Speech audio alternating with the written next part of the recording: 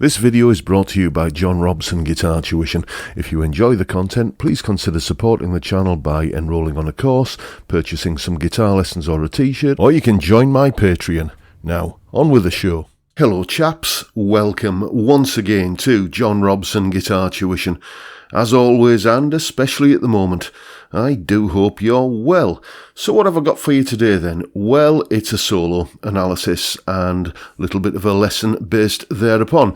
So what's the solo? Well, there is a guitarist, and quite a while ago that guitarist recorded an album, and on that album there is a song. And that song contains many guitar solos. The song itself is the thick end of 10 minutes long, and I've mentioned this song many times in videos, and I thought it was about time I did a little bit of a kind of video about this specifically. I gotta tell you, this is probably one of the first examples of blues guitar playing that I ever remember hearing, and it left a massive impact on me. So let's hear the solo, and then there's a little bit of a breakdown and explanation of what's going on in that solo.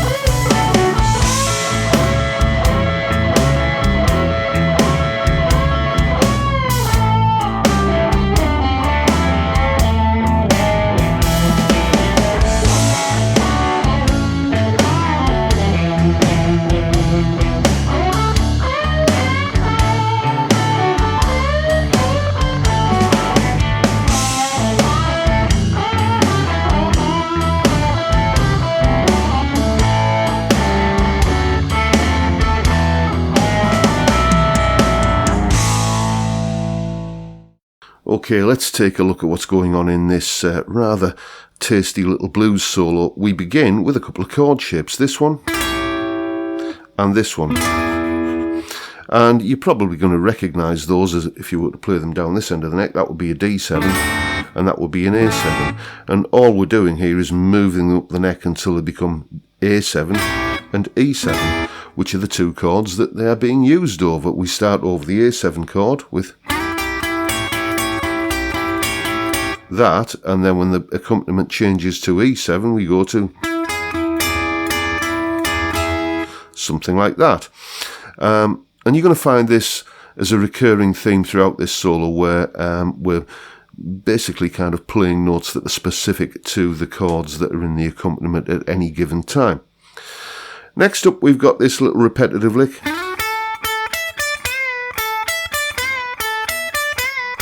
That kind of thing there, and we'll look at the repetitive nature of it in a moment and why that makes it sound so cool. But let's just take a look at what notes are involved first of all. This lick is being played over the D7 chord, and over the D7 chord a perfectly normal and run-of-the-mill scale to use would be D major pentatonic. And you can see most of the notes in that lick, all but one, come from that major pentatonic shape. The only note that doesn't is this C note here, which we're getting via the bend from the B note. And why is that C note there? Well, because it's a D7 chord we're playing over, which has that C note in it. So that's why he's playing it. Again, thinking in terms of accommodating and playing to the chord that is in the accompaniment at any given time. Now, the repetitive nature of this lick is, again, a cool feature of it. The rhythm of the accompaniment is based upon triplets, okay? It's 1 and 2 and 3 and so on. So we've got 3 notes per beat, or 3 kind of, each beat is divided by 3 rather. And if we take a count of the notes that are in the one cycle of the repetitive lick that we're playing, it's 1, 2, 3, 4, 5. Okay, so you can see when I'm going here, there are 5 notes in the repetitive lick, and each beat is divided by 3. There's a little bit of displacement going on. It's going to be syncopated. We've seen this before in the Paul Kossoff solo from All Right Now, and the Noel Gallagher solo from Don't Look Back in Anger. basically play a repetitive lick that has a number of notes in it that isn't divisible by the kind of rhythm that you're playing it over, and you're going to get that wonderful syncopated, displaced, polyrhythmic kind of sound that works so well. After that lick, we arrive back at an A7 chord, and we just play a little A major pentatonic thing like that. You can see there's an A major pentatonic shape there, and we've got that kind of thing there, and eventually it goes resolving onto the root note, the A there. Then a little kind of minor pentatonic run here. One of the things that you hear a lot about in blues is using the major and the minor pentatonic. Well, there's a textbook example of it there. Major pentatonic, minor pentatonic. Then landing onto that G sharp note there, which is part of the E7 chord that's arrived, again accommodating the chord changes that we're playing over by using a note from the chord that's just arrived, in this case the G sharp from the E7 chord. Then what we do is we start the second half of the solo with like that, again fairly straight ahead blues lick, using the G sharp there again, but this time as a passing note just to kind of take us chromatically up that string there. And again, you know, these notes here, you can kind of basically think of them as just coming straight from the A7 chord that is being played over at the time. Then we have a straight ahead little minor pentatonic lick, like that, A minor pentatonic.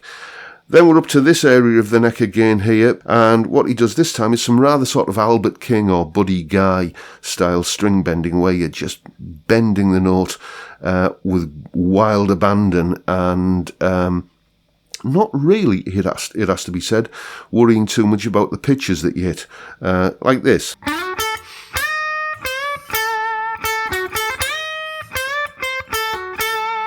Like that kind of thing there. Again, any dissonances that are created by tense notes that you're hitting at the top of that bend, they're not going to last, and it just creates a bit of tension that's resolved when you come back to a safe note again. As I said, you would hear this kind of thing in Albert King's playing a lot with that kind of thing. Gary Moore would use that as well. Then what have we got? Basically back down to the minor pentatonic area down here again. All straight ahead minor pentatonic stuff, and then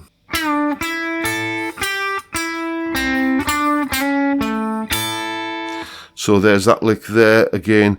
Only one note from outside the minor pentatonic, which is that there, the C sharp note for the A7 chord that we've arrived at. And then we play this very Robert Johnson kind of thing here, where we're playing the A note there, and we play this little chromatic rundown of G, F sharp, F, E on the third and fourth strings to give us that kind of thing there. As I say, very, very Robert Johnson. And then just a little E7 lick. You can see how the notes in that lick there come straight from an E7 chord, which is the chord that has arrived by that point in the solo. And as ever, as a special thank you to all of my wonderful, wonderful Patreon supporters, there is a full tab in Guitar Pro and PDF formats, along with a backing track for that solo, as well as that little demonstration and explanation there, all up on my Patreon page. Only $3 a month, and you get all of these tabs and lesson content like this, and jam tracks and all manner of good stuff, plus a load of other things as well. There's a monthly podcast that I put up there for my Patreon supporters, which will be going live on the 1st of June. It's a good one this month, so check it out. As I say, only $3 a month and loads of great stuff. And what else can you buy for that these days? So there you go. Hope you've enjoyed the video. Hope you found it useful, inspiring, informative in some way. And if you have, please hit the subscribe button and the notification bell if you haven't already done so.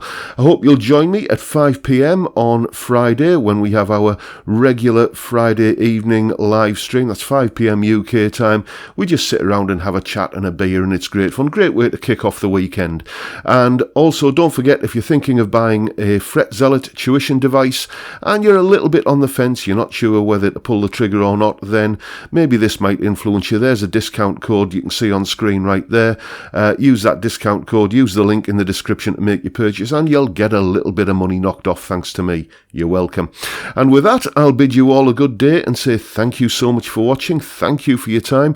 Stay well, stay safe, and above all, stay sane, and I look forward to seeing you all again next time around. Bye for now, folks.